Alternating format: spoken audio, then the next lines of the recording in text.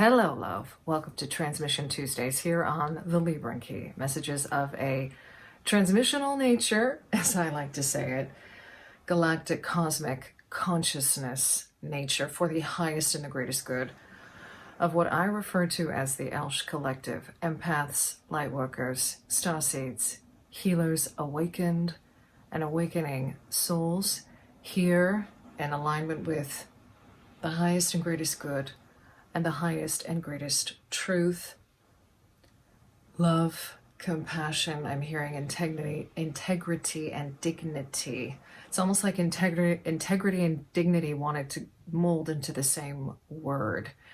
Know that if this message has found you, there's always something new that wants to come through when I open up these readings. Know that if this message has found you, and or if you have found it, that there is something here for you. That is always the intention. That is all. That is always the intention that I put into these messages. Timely, yet timeless.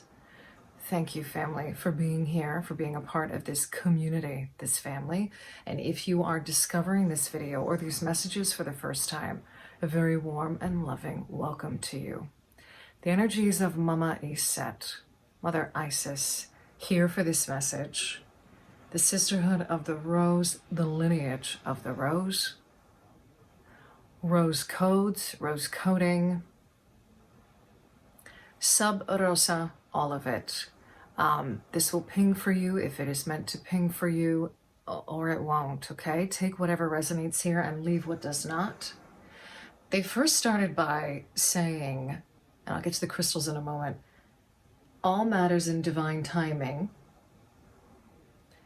And then I heard the usurpment or usurping of love, and love in quotation marks. And immediately they expanded on that because love can be a very broad thing, right? In terms of how it has been played out or even fragmented is what I'm being shown in this 3D reality, 222 on the counter as I say that. So this has a lot to do with relationships, okay? But specifically, they're speaking of love here in terms of empathy. How empathy has been usurped, or ill-manipulated, or inverted, or taken advantage of, okay? They showed me the victim-victimizer dichotomy. There's something here with the rescuer complex as well, or savior complex that's going to come into play, but I'm going to hold off on that because it's all sort of intertwined. I heard faulty empathy, and this is something that I've been speaking about for a while now. Something that had come through in one of the first readings I think I'd ever done on Instagram when I started there. This concept of faulty empathy and how there's an ego aspect of empathy that we all need to be aware of as empaths, as empathic beings, okay? Because it's all connected to our experience here on Earth. I also heard faulty imprints reflected in dynamics, the dynamics of relationships, and speaking specifically through this now moment about how that shows up when we have overstayed in a relationship, when we have transgressed the boundaries, is what I'm hearing. And they're showing them, okay, these are energetic boundaries, so because I'm seeing them etherically. And now they're bringing me back to the heart and the energy of the rose, the sacred geometry of the rose, okay? Now, they really want to speak, this is a huge, huge topic that cannot, in the way that I am transcribing this message through video, through what I'm saying, it cannot be covered within the give or take 20 minutes of Earth time of this recording. However, the energy and the frequency can happen in a split second as we understand it in Earth time in terms of understanding what this is all about. So they really want to bring through that energy and that frequency. So feel into that for a moment and understand how nuanced this is. There is so much nuance to this concept in terms of the usurpment or the usurping of love and the ideas of love, okay? And I put love into quotation marks there because this is directly connected to the energy of empathy, how we have learned empathy, and how a lot of the faulty imprints that we get around empathy are through this lens of the victim victimizer. This lens of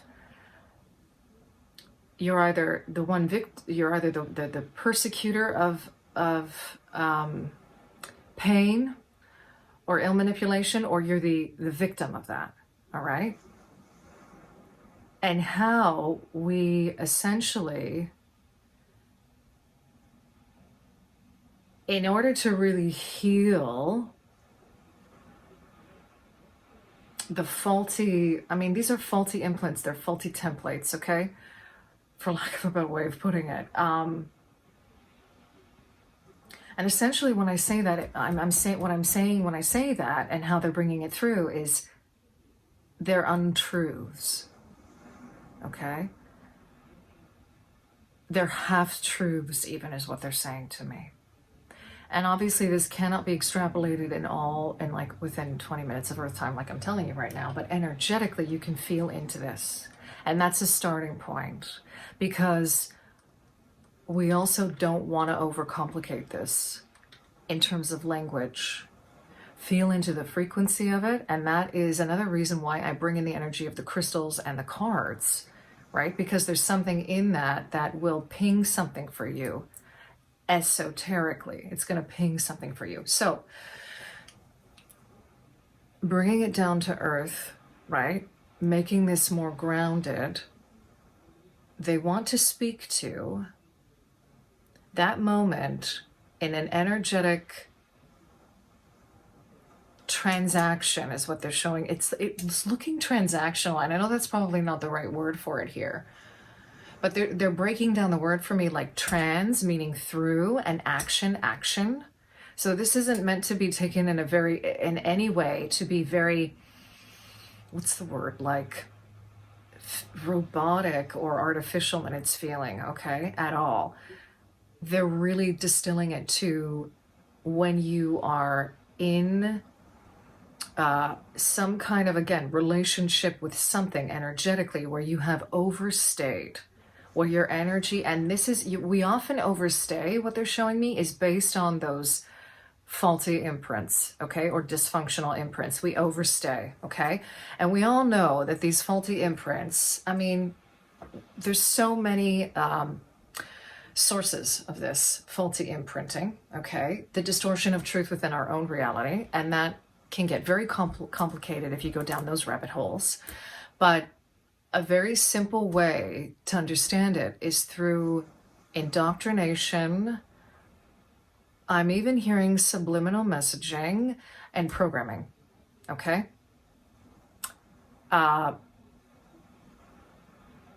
How perhaps we've misinterpreted truths, even is what they're saying to me, through stories, through mythology, through legends even, through the Bible even, through sacred texts even, and what we understand as sacred texts, okay? Even the story of Jesus Christ, this is another thing, okay? There's so much here that I don't want to go off into a tangent with, but it's really important that we understand that. And this is why discernment is so important, okay? This is why being connected to your heart is so important. This is why being connected to unity, consciousness, and Christ consciousness, the true Christ consciousness, okay? Not just the story of Jesus. Christ consciousness is so important, okay? I'm going to end it there. Bringing in the crystals. Well, actually, we're just getting started, we're just getting started is what they're saying, yeah. Rose quartz and selenite, okay? I always see this combination as a heart portal. This is a portal of, I'm even hearing hearted light. Ruby ruby light, ruby energies, ruby ray even, if you want to call it that. We're getting into different dimensions here and stuff, so take what resonates and leave what does not. These messages are always meant to be activating in some way, and even just simply to get you thinking differently, okay? Again, take whatever resonates and leave what does not. Asking through the Mystic Mondays Tarot, I'm hearing refracted light, prismatic light. I'm just going to keep on there. Whatever phrases or words come through, there's coding in that as well. So pick up whatever resonates for you or does not. Also, a lot of the times with these readings, what I've been getting more recently coming through is the activation through the higher self is a thing as well. So even though certain things may seem like they're randomly coming at you, there is absolutely no randoming in it. It's for your higher self to take in. I'm going to start by asking through the energy oracle cards, okay? Understanding. They really actually, what I'm feeling here is they want to bring a deeper understanding and thus a healing. Okay, they want us to start by thinking, going back within the past as we understand it here in our journey, in our incarnation. They just want me to keep shuffling as I say this. Delicately is what they're showing me. Slowly, they want me to slow the energy down a little bit. Okay. They would like us, they are inviting us to reflect upon our past. I'm even hearing incarnations here and experiences of when we have overstayed an energetic relationship. That's how they're phrasing it. When we know with our own claircognizance, our own knowing by design, when we have needed to exit a certain relationship, a certain circumstance, a situation, I'm even hearing situationship, when we've needed to exit that and we haven't for whatever reason. 1212 on the counter. As I say that, they're bringing in the energy of the Hanged Man here and seeing this from a different perspective now, okay? They're inviting each and every one of us participating in this now moment, in this, to feel into the energy of that. What did it feel like at the time? Was it a clear understanding of your higher self speaking to you and telling you you need to get out of this situation, you've overstayed, you've overstretched a boundary, okay? What did it feel like? Just feel into that. How was your body speaking to you? How was your energy field speaking to you? Okay. Envy is coming out in reverse here. They still want me to keep on. They just wanted me to show that. Envy, that's the number 20. It's the energy of judgment in the tarot. Again, there's some healing that wants to come through here with regard to the judgment that we have had on ourselves. 1:44 on the clock here, as I say this. The judgment that we have placed on our own selves. Crucifying our own selves. Okay. Feel into the consciousness of that, okay, for a moment. Crucifying ourselves because we should have known better. I'm hearing a line from a Seal song where he goes, should have known better. What song is that? Anyway, they're telling me it's irrelevant, but there's something in that song, and if it pings for you, it pings for you. They still want me to just move in the flow of this and not get stuck on that, okay? So this energy of this envy card coming out in reverse is really interesting because 1414 on the counter, as they're showing me that, they're showing me the Temperance card and they're showing me the energy of perhaps a situation where you were at the receiving end of the envy in a relationship. And perhaps that was a moment when you knew, I've been here a little too long. Perhaps it was your own transmutation of the energy of envy, right? I'm getting a lot of mirror energy coming through. A lot of the numbers, whenever I keep on looking up on the counter, are literally like they're reversed. They're mirrored, I should say.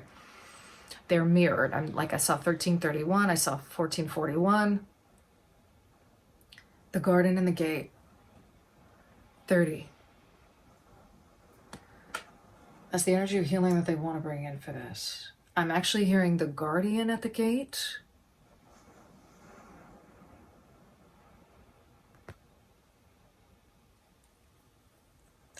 Okay, perhaps this was when one of your guides specifically came in to speak to this, okay?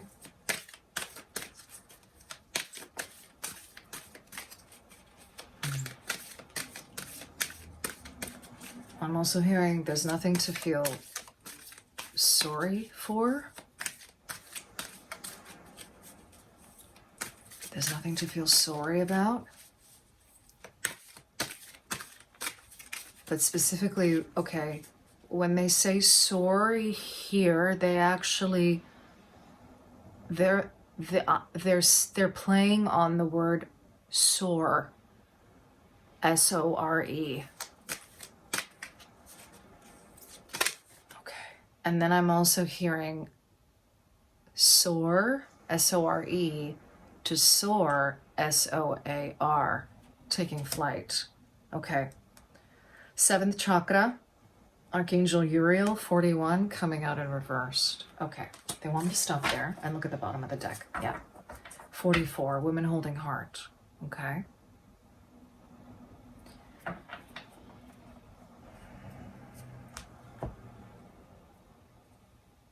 I'm hearing you are the garden and the gate. You are the woman holding a heart. This is you holding your own heart. Okay. Why do we overstay? Okay. Why do we overstay when we know it's time to leave? Why do we overstay in a situation when we know it's time to go? And I'm hearing false hopes and false pretenses. That's why. This is an invitation to fully step into your knowing. Whenever these kind of situations come up, this is an invitation to fully step into your knowing and to reclaim, in a sense, your discernment.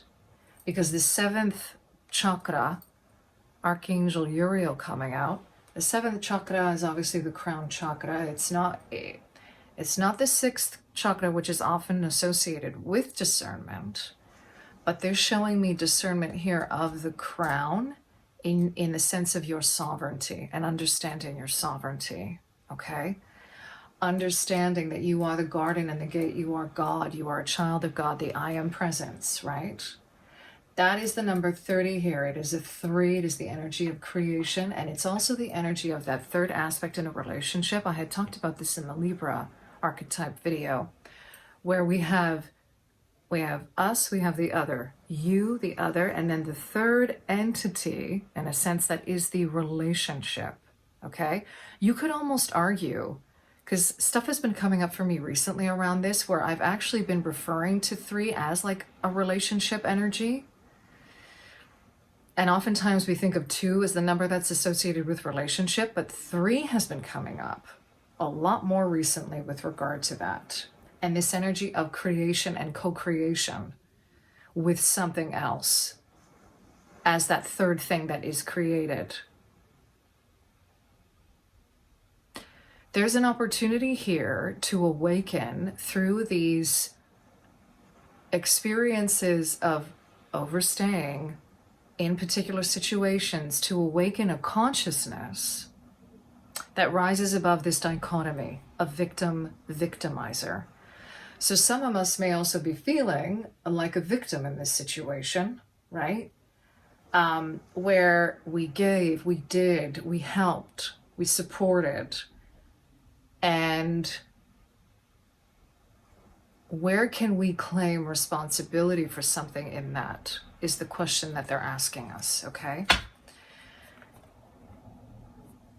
Where can we claim responsibility in that? In overstaying, and doing it with grace, doing it with love and grace for ourselves. Yeah, Queen of Wands. The strength, yeah, it's coming back to this energy of sovereignty again. King of Swords, and then the Five of Wands. Okay, so this conflict of spirit. This is interesting because it's going right back to, yeah, and death coming out. Okay. It's coming right back to the integration of divine feminine, divine masculine within each and every one of us, okay? Okay, it all comes back to this. It all comes back to understanding that this all sits on a spectrum, and that there are distortions of the feminine, there are distortions of the masculine at work within the fabric of this 3D reality. So I'm hearing, stop being so hard on yourself and instead take action in terms of accountability, in terms of, okay, how is this breaking me open for me to understand on a deeper level the truth of who I am? Coming back to core, coming back. They want me to read from the Garden and the Gate. Okay, I'm going to get to that in a moment here. Yeah. This is a death, an ending to this conflict of our own inner, our spirit. Five of Wands is coming through here as a conflict of our own spirit within, and this is the funny thing. They're actually saying to me, reword that. It's not a conflict of, spirit cannot conflict, like in that respect within us, right? Like our spirit is contained within us. It is whole, right? Our soul. This is more a conflict of the false, I'm hearing ego matrices. That's what I'm hearing. And our spirit. That's what I'm hearing. And it's this wand energy with that Queen of Wands is directly connected to the feminine. So there's an energy of the divine feminine energies, the energies of intuition, the energies of your knowing, of your spirit speaking to you in these situations, in conflict with this King of Swords, in conflict with this more hard-driving divine masculine energy, okay? What's really fascinating here, though, is that we think of boundaries as being something that is, you know, with the swords energy and this masculine energy coming out, we think of boundaries as being something that is more masculine in its energy, right? And there's truth to that, but we also have to see this from a broader perspective and how it interacts with the feminine. So the knowing and the intuition around boundaries, around healthy boundaries. Eight of Pentacles at the bottom of the deck. And it's coming out of this energy of thinking that it's really hard work and it's something really complicated, but going more into the energy of your soul and your sovereignty with this Queen of Wands. Overthinking it is not going to do anything. It's not going to help. You need to feel, and when I say feel into it, you need to kind of explore this word gamut keeps on coming through, but yeah, this gamut of emotions is what I'm hearing. Exploring how that feels in your body, because it's a feedback. It's a feedback. I'm even hearing feedback loops. So why is that happening, right? Okay, they want me to read from the Garden and the Gate, and this is how I'm going to end this reading. That is number 30. This is really what they want us to focus on. Abundant prosperity and staying safe. Also, I'm hearing feeling safe in your body. Yeah, because they're really pointing me to the young girl here. She's wearing pink. She feels safe in her garden. This is about feeling safe in your own energy and being able to assert that. Being able to assert that through when you know you need to leave a situation, you go. You don't question it, okay? This card shows a peaceful young woman in a beautifully blossoming garden with colorful flowers all around. However, the gate to the road outside the garden is locked while the girl wears a key on a chain around her neck. This card upright bodes well for the financial scene. In fact, there may be a lot of money or other personal pleasures coming your way at this time. That might be a side message for some of you with regard to overstaying here. I feel like that's very specific.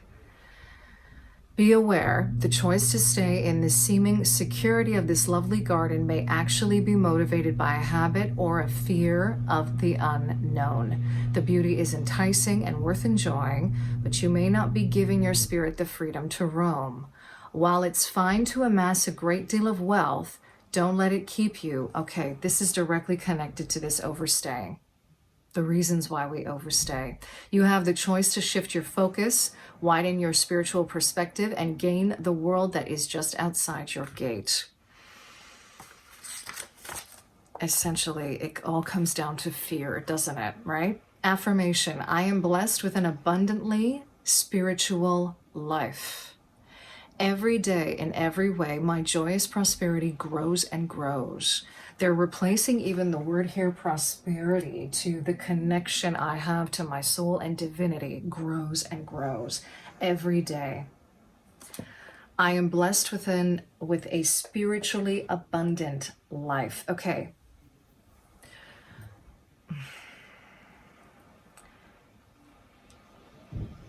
It comes down to not having enough trust or faith in ourselves when we know, and then we overstay, and then we get caught up in the overthinking of it all. Tune into the courage of your heart is what I'm hearing them say. This is a huge topic. They want me to, hold up woman holding a heart, okay? This is a reclamation of more divine feminine energy, of honoring this, of not being at battle with it, okay? Of not being in this 5 of Wands energy with it, of literally letting it go. Literally letting it go. And funny enough, they're actually showing me this kind of, we're in Scorpio season currently. We will have a full moon. I don't remember when. I'm looking at the calendar, but it's far away. I think it's like on the 15th or 16th of November. Again, something in this cycle might be helpful with this, but we're also moving in terms of releasing something with this full moon that's coming up. But they're also showing me working in tandem with the next part of the year until the winter solstice. As we move into the more divine feminine parts of the year here on Earth and on Momma Gaia's cycle, it can help to release these things and let go. Something currently with the energetics of what is going on, all in tandem with the solar flares, is supporting us in this even more. There are way more layers of the onion, because this feels like it's been ongoing, right, for a while. But there are even more layers of the onion to peel back.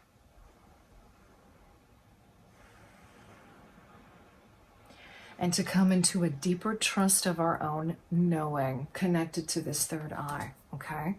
Connected to this third eye energy. I'm just going to hold that up because I feel like there might be something activating in that.